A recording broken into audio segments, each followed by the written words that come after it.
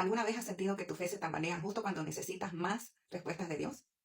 Hoy vamos a leer Mateo 11, los versículos del 1 al 24. En este pasaje, Jesús nos lleva a mirar algo muy profundo. ¿Cómo reaccionamos cuando Dios no responde de la forma que esperábamos? A veces buscamos señales, claridad, confirmación o una explicación inmediata, pero la fe también se prueba con estos momentos de duda, de espera, de confrontación interior. Escuchemos esta lectura con el corazón abierto porque aquí Jesús no solo habla a quienes lo escuchaban en aquel tiempo, también nos habla a nosotros, especialmente cuando necesitamos reconocer la verdad, aunque nos incomode. La lectura dice, la misión de Juan y la de Jesús. Cuando Jesús terminó de instruir a sus 12 apóstoles, se fue de ahí a predicar y a enseñar a las ciudades judías. Juan se enteró en la cárcel de lo que Jesús hacía. Por eso envió a sus discípulos a preguntarle a él, ¿eres tú el que va a venir o tenemos que esperar a otro? Jesús les contestó, vayan y cuenten a Juan lo que han visto y oído. Los ciegos ven, los cojos andan, los leprosos quedan sanos, los sordos oyen, los muertos resucitan. Y una buena nueva llega a los pobres. Y además, feliz el que me encuentra y no se confunde conmigo. Una vez que se fueron los discípulos de Juan, Jesús comenzó a hablar de él a la gente. ¿Qué fueron a ver ustedes al desierto? ¿Una caña agitada por el viento? ¿Qué fueron a ver? ¿A un hombre vestido elegante? Pero los elegantes viven en los palacios. Entonces, ¿qué fueron a ver? ¿A ver a un profeta? Eso sí, yo les aseguro que Juan es más que un profeta, porque se refiere a Juan esta palabra de Dios. Mira que yo envío a mi mensajero delante de ti para que te prepare el camino. Yo les aseguro que no han presentado entre los hombres profeta más grande que Juan Bautista. Sin embargo, el más pequeño del reino de los cielos es más que él. Desde que vino Juan Bautista hasta ahora, el reino de los cielos se alcanza a la fuerza y solamente los esforzados entran en él. Con Juan Bautista finalizaron los tiempos de la ley y de los profetas, tiempos de la profecía y de la espera. Entiendan esto si pueden. Elías había de volver, ¿no es cierto? Este ha sido Juan. El que tenga oídos, que entienda. ¿Con quién puedo comparar a la gente de hoy? Son como niños sentados en la plaza que se quejan unos de otros. Les tocamos la flauta y ustedes no bailaron. Les cantamos canciones tristes y no trataron de llorar. Así pasó con Juan, que no comía ni bebía y dijeron, está endemoniado. Luego viene el Hijo del Hombre, que come y bebe y dicen, es un comilón y un borracho, amigo de la gentuza y de los pecadores. Pero con todo aquel que es sabiduría de Dios, ha sido reconocido por sus obras. O sea, los que han tenido la sabiduría lo reconocen. Entonces comenzó a reprender a las ciudades en donde sus milagros habían sido más numerosos, que sin embargo no se habían arrepentido. Y aquí empieza. Ay de ti, Corosaín, ay de ti, Betsaída, porque si en Tiro y Sidón se hubieran realizado los milagros que yo hice en ti, seguramente habrían hecho penitencia vestidos de sacos y cubiertos de ceniza. Por eso, Tiro y Sidón serán tratados con menos rigor en el día del juicio. ¿Y tú, Cafarnaún, pretendes llegar hasta las nubes? Serás hundida en el infierno, porque si los milagros que se han realizado en ti se hubieran hecho en Sodoma, todavía existiría Sodoma. Pero les digo que en la región de Sodoma, el día del juicio será tratado con menos rigor. Y claro, es así con los que fueron testigos de milagros, los que hemos llegado a conocerlo, y aún así, conociéndolo, no actuamos bien, hacemos como si no existiera, a pesar de saber y de escuchar y de conocer, nos va a juzgar con más rigor, porque cuando no conocemos somos ignorantes, y con esa ignorancia es que dice, serán juzgados con menos rigor porque no sabían más. En cambio, los que sí saben y aún así actúan mal, ahí sí vale la pena ser juzgados con más rigor. Entonces ahora vemos una explicación por puntos, ¿no? Primero es la duda de Juan el Bautista, ¿no? Juan está en la cárcel y manda justo a sus discípulos a preguntarle a Jesús si era él el que estaba esperando o si tenía que venir algún otro. Y esto puede sorprender porque Juan fue quien preparó el camino del Señor. Y aquí vemos algo que es muy cercano a todos. Incluso una persona de fe puede pasar por momentos de oscuridad, cansancio, confusión y una espera dolorosa.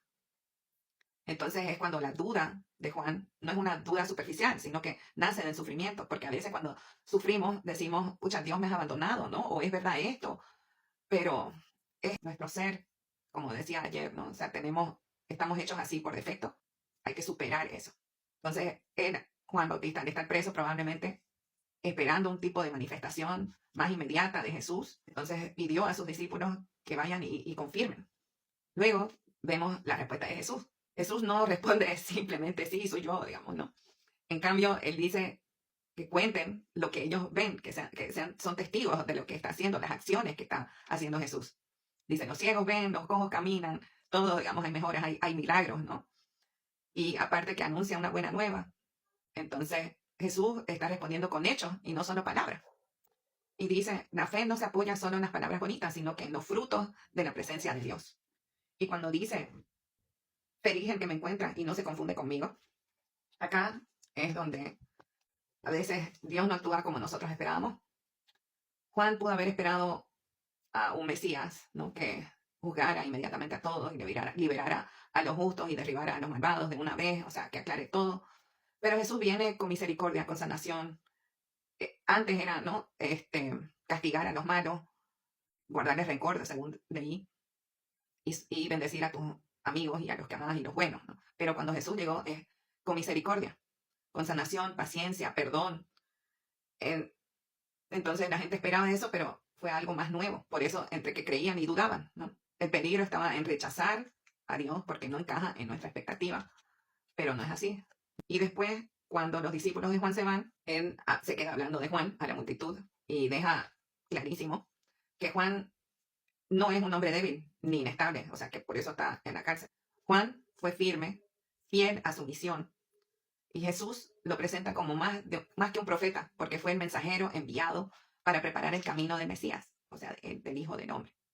Esto es importante porque Jesús no humilla a Juan por las preguntas que vinieron a hacer sus discípulos. Y eso nos enseña que tener una lucha interior no borra la fidelidad de una vida. Las pequeñas dudas no cambian todo el esfuerzo que ha hecho Juan Bautista para esperar, ya que preparó el camino, pero él no sabía si era él o no. Entonces, cuando tuvo seguramente la información de su profeta, volvió a creer. Y si dudamos y retomamos, Jesús siempre nos perdona, Dios siempre nos perdona y nos acepta volver en el camino. Luego menciona que Juan Bautista acá en la tierra es más que un profeta, no es el enviado de Dios, pero también indica, ¿no?, de que en el reino de los cielos él es el más pequeño. Entonces, no necesariamente con esta frase lo está reduciendo a Juan, pero que muestra que con Jesús se abre una etapa nueva, que Juan pertenece al tiempo de la preparación, pero que con Jesús llega el cumplimiento de eso. Entonces, quienes entran en el reino de los cielos por medio de Jesús reciben una gracia más grande, porque ya no solo es el anuncio que hacía Juan, sino que viven desde la realidad de la presencia actual de él. Luego dice que tenía que volver Elías. Y Jesús dice de que Juan es ese Elías que había de venir.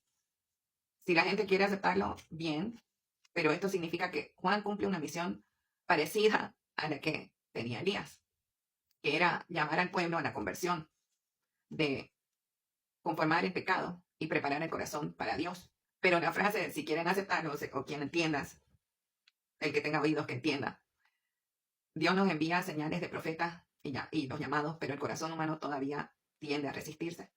Entonces, es para relajar y escuchar el llamado, escuchar y ver las señales. Después, la crítica de Jesús a esta generación. Jesús compara a la gente con niños que se quejan porque nada les satisface, ¿no? Y vino Juan, decía que no comía ni bebía, y dijeron que estaba endemoniado. Y luego vino Jesús, que come y bebe, y lo acusaron de glotón, borracho, amigo de pecadores. Y es decir, el problema no era el estilo de vida de Juan, ni el estilo de vida de Jesús. El problema es que el corazón cerrado, cuando alguien no quiere escuchar a Dios, siempre encuentra excusa. Si el mensajero es serio, lo critican por duro. Y si es cercano, amigable, lo critican por ser demasiado humano. La excusa cambia, pero siempre es la misma resistencia. Jesús está diciendo que la verdad de Dios se demuestra por su fruto. No es que habla en otra parte de los árboles que se plantan, y si da fruto, se conoce por su fruto, y si no da, se lo echa al fuego. Entonces, Juan dio frutos de conversión. O sea, Jesús dio frutos de misericordia, sanación, verdad y la salvación completa. Dice que las críticas pueden hacer ruido, pero las obras, lo que viene de Dios, son lo que revelan la verdad. No todo se mide por apariencia, popularidad o comodidad. Hay que mirar las acciones, los frutos. Y por último, Jesús da estas reprimendas a estas ciudades donde hubieron más milagros, como Corosaín, Betsaída, Cafarnaúm. Estas, según dicen, que tenían escuelas superiores de religión. Aún así no habían acogido el Evangelio. Vieron las señales, escucharon las enseñanzas, tuvieron oportunidades, pero no respondieron con la conversión. Lo escuchaban a Juan y ahí quedó, más bien lo criticaban. Por eso Jesús dice que el juicio será más duro para ella que en las ciudades paganas como Tiro y Sidón, incluso Sodoma. Esto no es porque sea malo, sino porque ellos, esas ciudades, las personas de ahí, vieron tantos milagros, se les mostró de todas formas, y aún así no aplicaron, ¿no ves? Entonces, el presenciar los milagros trae más responsabilidad, porque ya estamos viendo, es lo que dije hace rato, que si somos ignorantes de algo, ya es, la excusa es la ignorancia. Pero si lo hemos presenciado, lo hemos visto, ¿cuál es la excusa? Cuando una persona recibe muchas oportunidades de acercarse a Dios y las desprecia, el rechazo pesa más. Y estas ciudades probablemente estaban impresionadas por sus milagros, pero no cambiaron el corazón. Esa es una advertencia actual. Uno puede escuchar la palabra, emocionarse, ver cosas buenas, admirar a Jesús, incluso hablar de fe. Debería de ser igual por dentro. Jesús no solo busca espectadores espirituales, busca una conversión real, que sea un cambio interno, no solamente de afuera, de palabra. Entonces, Dios se revela, pero el corazón humano debe decidir si lo reconoce o lo rechaza. Juan estaba en duda, pero pregunta porque estaba bajo cierto dolor y luego recibe una respuesta llena de signos o de señales. Jesús honra a Juan y pregunta a la gente que fueron a ver. La gente ha visto demasiado milagro como para seguir indiferentes. Así que este pasaje nos invita a revisar si nuestras dudas nos llevaron a buscar más a Jesús o si nuestras expectativas nos hacen cerrarnos a Él. Porque una cosa es preguntar desde el dolor como Juan y otra muy distinta es resistirse a la verdad, como las ciudades que vieron los milagros y aún así no quisieron cambiar. Y por eso esto nos recuerda que la fe no siempre nace de tener todas las respuestas, sino de aprender a reconocer a Cristo incluso en medio de la duda. Jesús nos invita a abrir los ojos y a no endurecer el corazón y a no desperdiciar las oportunidades que Dios nos da para volver a Él. Que esta palabra nos ayude a preguntarnos con sinceridad: ¿estoy esperando que Dios actúe a mi manera o estoy dispuesto a reconocer cómo Él quiere revelarse? Espero que les haya parecido interesante. Que Dios nos bendiga y nos vemos en el siguiente capítulo.